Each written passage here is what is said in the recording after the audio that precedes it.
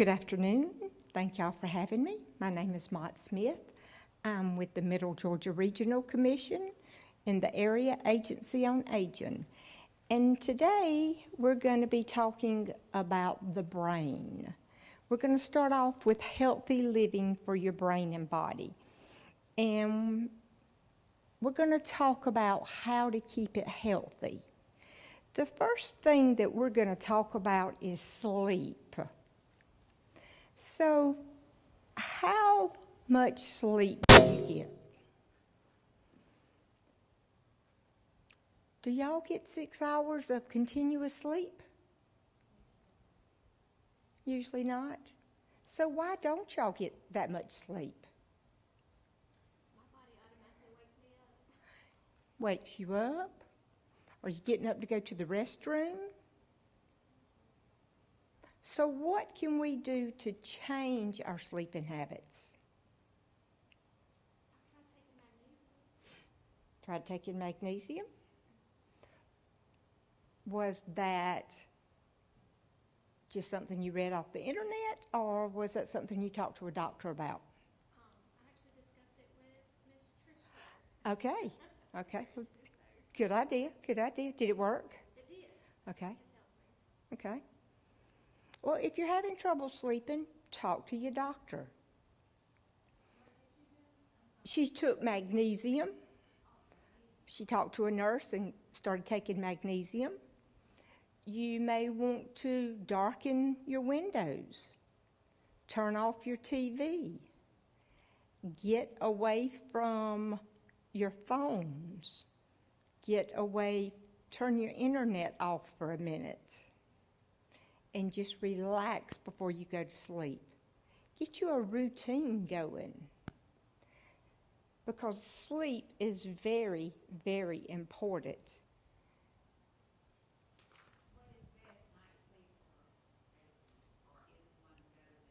It does not matter. Studies show that it does not matter as long as it's good, restful sleep and continuous. So the next thing we're going to talk about is being smoke-free. Now, I'm not going to lecture you about smoking because we are all grown adults. But if you are smoking, please try and cut back or quit, because smoking affects your heart. And what's good for your heart is good for your brain. So our heart controls the oxygen going to our brain. And if you smoke, that can cause you to have strokes, TIAs, and heart attacks. And that can cause you to have vascular dementia. So that's all I'm going to talk about smoking. So let's talk about mental health. I know that used to be a taboo subject, but it is not taboo anymore. Everybody should be talking and thinking about your mental health. And today we've talked about it a lot out there amongst ourselves, about what we're doing to take care of ourselves. So what are you ladies doing to take care of your mental health? Anything? I try to walk 2 miles every day. You're walking? Okay. So manage your to-do list. That is a wonderful idea. Just the fact that you make a list of what you have to do, that is very important. But do you have those days that you get so busy that you just get frustrated and start forgetting what you're supposed to do? Okay, that's when you take a mental health break. That's when you have to just stop and maybe walk outside for a few minutes. That's when you have to give that brain a break. That is a mental health break. That's when your brain is suffering. So we really, really need to think about that. What about your multitasking during the day? Because I bet you are great multitaskers. I can probably manage two or three things at one time. I'm not very good beyond that. Well, I think I'm a pretty good multitasker. But I'm trying to stop because that's not good for our brains. But you think about this, ladies especially. If you're cooking supper, you've probably got a load of clothes in the washing machine. You may be helping somebody with homework. You're on the telephone trying to talk to somebody, wiping off the counters, moving around doing something else, and your husband's calling you from the living room, and you're trying to answer him. That's a whole lot of things going on in that brain. At some point in time, you've got to say, whoa, I can't keep doing all this at one time. Again, that is a mental health break. At that point in time in your life, when you say, oh, I can't take it anymore, what do? You call your doctor. You talk to somebody. Because we all get there. But remember to take care of your mental health. And you know, I have had people say, well, I take care of my mental health by eating a gallon of ice cream. Okay? That's not a bad thing as long as you don't do it all the time. So if it's food that helps you get through it, okay, just don't do it all the time. And after you eat all that food, go for a walk. I like ice cream too. So that gets me to get moving. We have to get moving. We have to exercise. But now exercise means different things for different people. So what does exercise, get moving, mean to you? It's not getting out there running a 100-yard dash. It could be working in the yard. It could be walking to the mailbox and back. Because if you've not been doing it, then that's getting moving. It could be cleaning up the house. What else could get moving mean for you?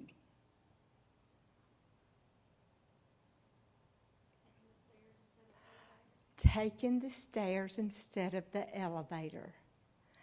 I've noticed all these people in little yellow shirts today, they've got some steps in. Some of them are going to be sore tomorrow and Monday because they're not used to that. They were getting moving. So that was good. Set you a goal of when you're going to do something, how often you're going to do it, and do it. The one thing about getting moving is you've got to have fun when you do it. So what do you do, or what do you like to do to get you moving? Is it working in the yard? Is it walking with a friend? Is it playing pickleball? Are you going to your local senior center? Whatever it is, please get moving. You just got through with a class on sodium, so let's talk about eating healthy. I know eating healthy is hard. So what is eating healthy? What is eating healthy to y'all? The food pyramid that we grew up with as a child. Well, let's think about healthy as building our meals around vegetables and fruits. What do you build your meals around? Meats? Because growing up, that's what we did. Your meals was built around meats.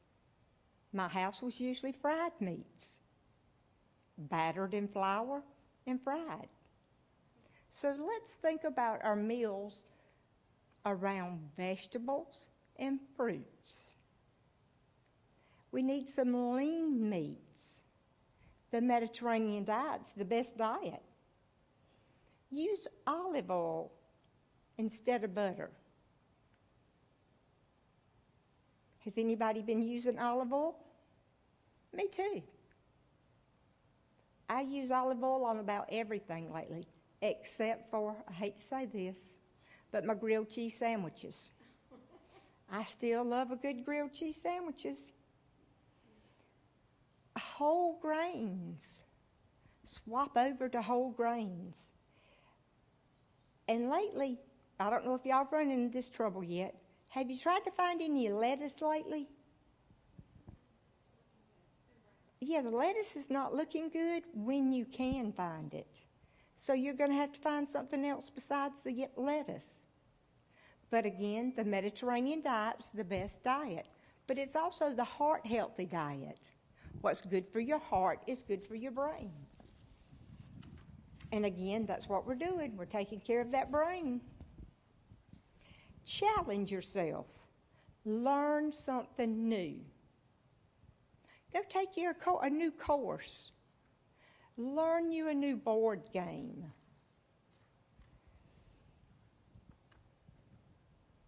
Who in here has tried something different?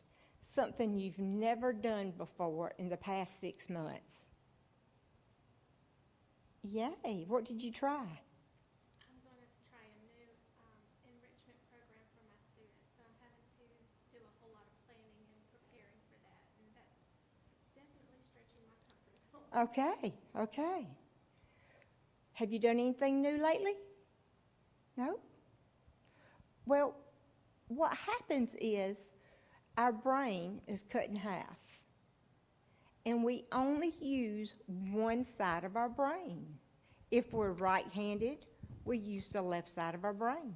If we're left-handed, we use the right side of our brain. So we've got to start using both sides of our brain. That's going to be very important. So I'll give you a little exercise that you can start working on by yourself whenever you want to. If you're right-handed, start using your left hand to do a chore. Is it going to be washing dishes or brushing your teeth? Find something for it to do. I started doing this several years ago, and my goal is to put mascara on with my left hand correctly. Women, you will understand that. I've not got there yet. But I started by picking up pine cones and putting them in a bucket. That's how I started working. And then I started coloring with my left hand, like a child's coloring book. I mean, it's been several years. I'm still not there, but I can brush my teeth. There are many things I can do with my left hand. Not mascara yet. But try and use your non-dominant hand. Do the same thing with your non-dominant leg. That way you're using the other side of your brain also. That's something new. If you've got grandchildren, get a board game. Learn how to do it. Just pick up something new, something to challenge yourself, something to interest yourself in. Stay connected. Coming to this health fair today, you're connected. So stay connected. Get in you a book club. Don't stay at home all the time. If you have a significant other, and I do, I've had one for 36 years, and I love him dearly. But you need to socialize with someone besides your significant other. I'm not saying go run around town and do anything wrong. I'm saying that you just need to socialize with somebody else. And so does your significant other, because you need to carry on conversations with different people. That is important. And if you can't find somebody to talk to or something to do, Go volunteer somewhere. That gives you different people to talk with. And so many places need volunteers. That is just, it is so important to talk to different people. Also, statistics are showing and research is showing that if you have hearing issues, your hearing, you start having hearing issues around the age of 40. The first time you hear ringing in your ear, you need to see a physician about it. Because hearing loss, there's a direct correlation between hearing loss and dementia. So that's sort of scary, isn't it? Because the person with the hearing loss, they withdraw from society. They don't go hang out with people. They isolate. They don't do other things. The other interesting one that has been real interesting to me lately is dental hygiene. The correlation between dental hygiene and dementia. Take good care of your mouth. Floss, brush your teeth, and rinse. Did you know that you're supposed to floss before you brush your teeth? I'm surprised at the people that don't know that. So floss, brush your teeth, and rinse your mouth out. Because if you get an infection in your mouth, then it can go to your brain. And it can cause dementia if it stays there for years. So if you think that you have memory issues, then you go see a physician. If you have like brain fog, you go see a physician. The reason being is usually it's not dementia. Let's just say you walk in a room and you can't remember why you went in there. Any of y'all do that? I do it all the time. That's normal aging. Or how many of you couldn't find your car keys today? Or couldn't find your cell phone? Couldn't find the remote control last night? That's just normal part of aging. Living in a too fast-paced world. But if you're really having memory issues and you're really worried about it, go see your primary physician. Tell them what's going on. Take a list of all your medications. I mean every medication, including your Benadryl, your vitamins, everything. And let them run some labs. Because it could be a medication interaction, it could be an infection, it could be a thyroid issue. I had a B12 deficiency. That's why I was having some brain fog going on. You could have a brain tumor. You could have a urinary tract infection. You could have a sinus infection. There are so many things that cause memory loss that can be corrected. That is why it's so important. The other part of that is, if it is dementia, let's get it diagnosed. There is life after diagnosis. I mean, big life. I have a girlfriend named Arthena that we recently had her 60th birthday. She got diagnosed a little over 10 years ago. It took us a few years to get her diagnosed, but her life is still pretty good. She still works and she still drives.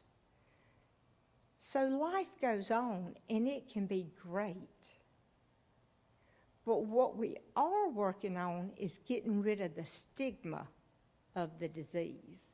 Because it's not cooties, you can't catch it. And that is one thing that we are working hard on. So, I want everybody in here to say the word Alzheimer's. Alzheimer's. Did that hurt y'all to say it? Does it hurt to say it? No. But most people won't say it because they're scared of it. That's what we call taboo. So if you know someone that's been diagnosed with the disease or they're a caregiver, please reach out and help them because they do need your help. The person with the disease wants a friend, and the caregiver needs a little support. There are many resources out there for the families. That's what the Area Agency on Aging can help you with, and the Alzheimer's Association. So, when there is brain change with the disease, we have to go into their world where they are at that moment. So if the person with the disease tells you that there are spiders under their bed, then you're going to say, oh my goodness, let me get a broom, kill those spiders, and sweep them out. So wherever that person is, that's where you're going to meet them, unless it is a safety issue. And you are going to enjoy them and find the humor anytime you can. Because again, life goes on. So, before I wrap up, do y'all have any questions about a healthy brain and how to get a diagnosis? Yes, ma'am. You see your primary physician, and when you go to your primary physician, make sure you take every medication you have. It's going to take more than just your primary physician. Your primary physician is going to send you to a neurologist or a geriatrician, and you are going to have an MRI, a PET scan, your labs drawn. You may get a spinal tap.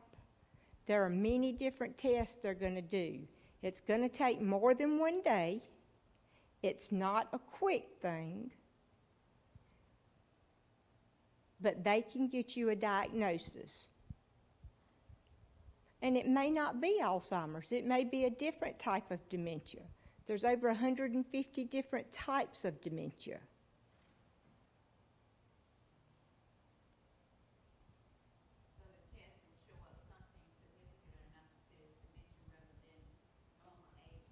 Yes, ma'am. And we are very fortunate in our area. There's something called a memory assessment clinic that is part of Emory, and we call them the MACs. And at the MACs, they have a team that will assess the person with the memory issue and the caregiver, and it's a 2-day test. And the reason the caregiver goes is because they're going to ask questions and they're going to run all the tests. And we have a MAC in Macon on Eisenhower, and there's a MAC in Augusta. Those are the two closest ones here. And Medicare is one of the payers for that, pay sources for that.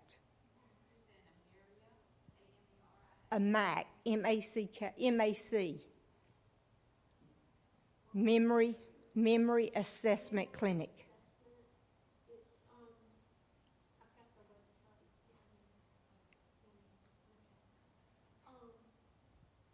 What needs to happen to go to the memory assessment? Do you have to have your neurologist? You don't go to a neurologist. Your primary care physician refers you there.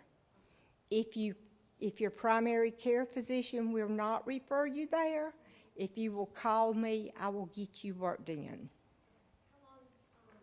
The wait's usually in Macon is usually 4 to 6 weeks. That's great.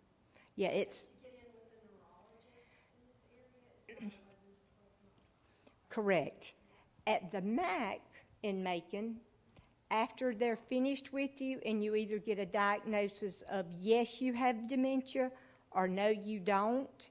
If you do have it, they're going to give you resources to help you. They're going to give you resources for the person with the disease and for the caregiver. Now, most neurologists do not do all of that. And you only see a neurologist once a year.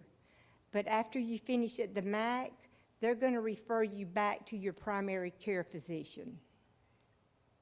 Because your primary care physician is who writes your prescriptions, not your neurologist. And you're correct, we don't have very many neurologists in our area. Well, and actually there are not very many neurologists in the state of Georgia. I'll just be honest with you. Yeah, there are just not very many of them. So that's why the MACs are the answer to a lot of problems. Any other questions? If y'all need me for anything, please call me anytime. Okay? And my name is Mott Smith, and I will give you a card. Thank you.